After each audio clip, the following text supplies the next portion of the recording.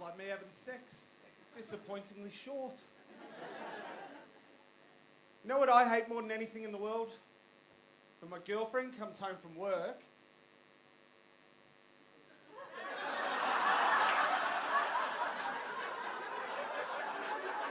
I just fucking hate it.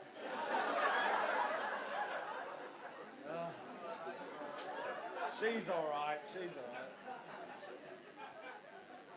It's her birthday soon.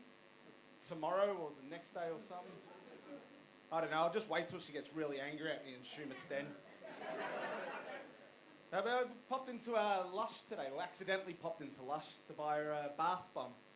By accidentally, I mean, I thought it was a strip club.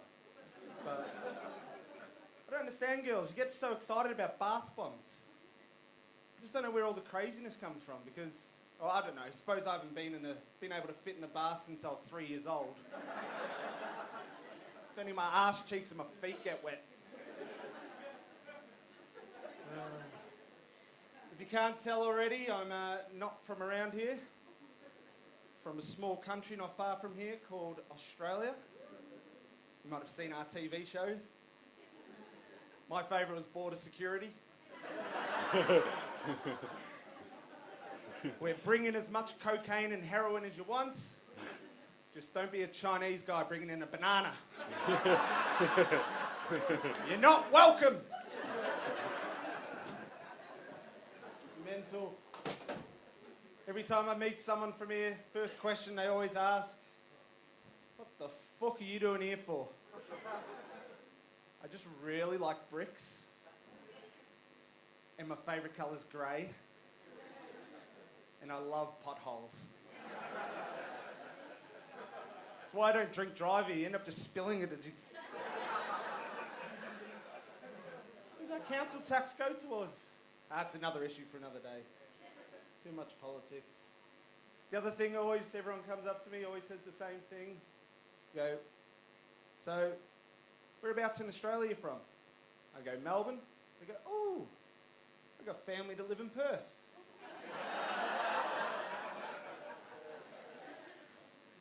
Cool. That's like me saying to you, going, hey, I know a guy that lives in Russia.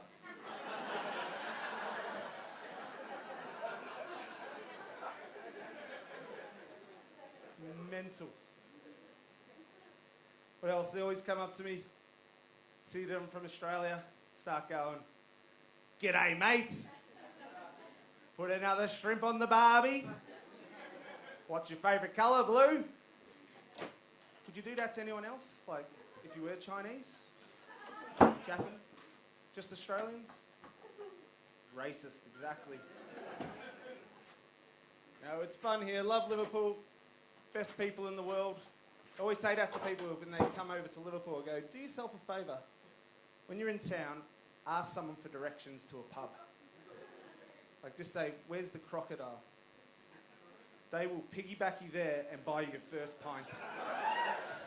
Amazing people.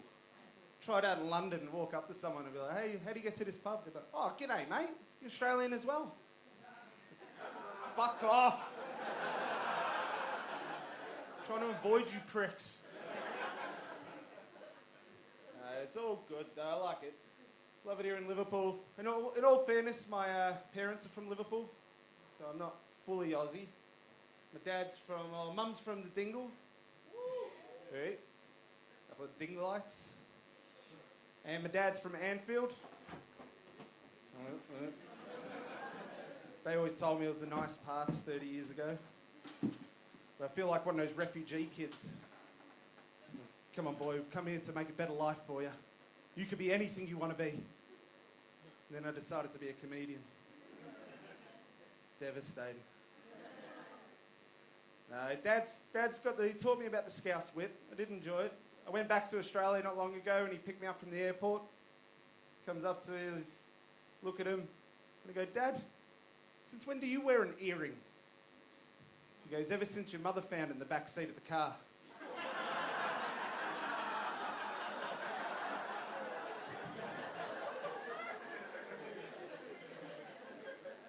It's just genius. Love it.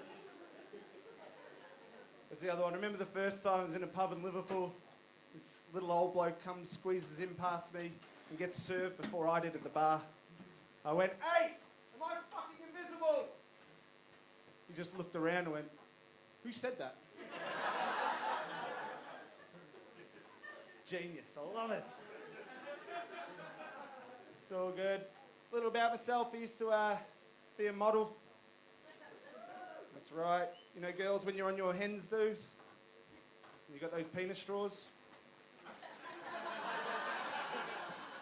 He's right. Next time you see your nan sucking on one of those bad boys, you're thinking of me.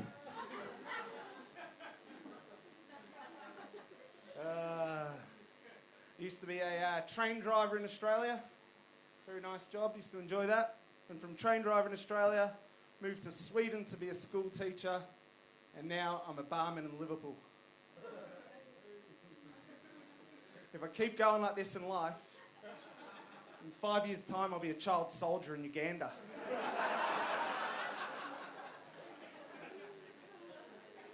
And then get a job at the Western Approaches in Croxteth. I love it. It was all fun. When I lived here 10 years ago, first time I come here, 10 years ago, lived here for about a year, had my first ever lads trip. So back then I was a bit more crazy than I am now, a lot more well behaved. But when I went there, we all met at the airport with about 15 blokes, and we all got in a group huddle. One of the blokes goes, "All right, lads, this is Dan from Australia." One of the blokes is like, "Oh, I got family in Perth." Fuck off! Get in a group huddle and they go, "Dan, just want to let you know, there's 15 of us, and every one of us got cocaine in our ass. If you want to come on this trip with us, you're going to need to do it as well." So young, dumb me's like, "Okay." They give us one of those Kinder Egg surprises. Have you seen them? They're not small. Gave us that with a condom and said, "Get to the toilet." About 30 minutes later, I finally came back out. I look like I've just spent a night in jail with Purple Aki.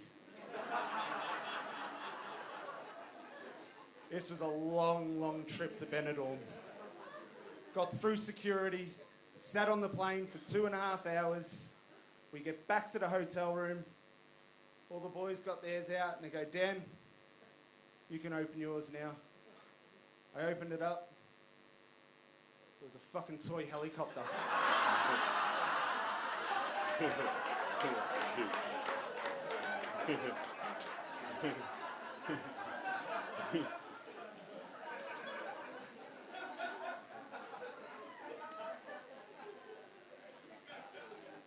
Don't do drugs, kids.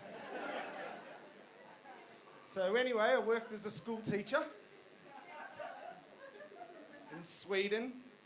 Not qualified, I don't have a clue why they gave me a job. But I had to look after the kids, the future of Sweden. Gave me a job as a PE teacher. I was always hungover and just smelt of ciggies. Poor kids. Remember the kids though, like they just didn't know how to sort of handle life sometimes. Kids would come up to me and they'll be like really agitated. I'll say, "Hey, what's the problem, mate?" Well, one of the little teenage boys goes, "Mr. Wild, you don't know what it's like being a teenager." Like, are you kidding? You guys have got 24 hours access to porn on your phones. When I was a kid, I had to stay up late and watch Sex and the City. Let's get a 20-second glimpse of Kim Cattrall's nipple. You think you got it tough. The kids, the hard part I found about it was telling them off. Like one of the kids throwing snowballs, one of the rules, not allowed to throw snowballs. So I went up to the kid and I'm like, "Hey mate, don't throw snowballs." He says, "Bet you when you were a kid, Mr. Wild, you used to throw snowballs." No. I'm from Australia. Maybe threw rocks at police cars, that's about it. And we had this school trip off to the ski field. Kids were being a bit rowdy at the back of the bus on the way back. The lights flashing into the bus driver's eyes. Gets a bit agitated. So I go down the back of the bus and I go, "Kids, do us a favour. turn the lights off on your phone. One of the kids goes, bet you've never had fun in your life, Mr. Wild. So listen in, mate. If you think doing Snapchats of your friends and listening to Justin Bieber's fun, how about you come back to me when you have a toy helicopter up your ass? All right, guys, that's all the time I got. My name's Dan Wild. Thank you very much.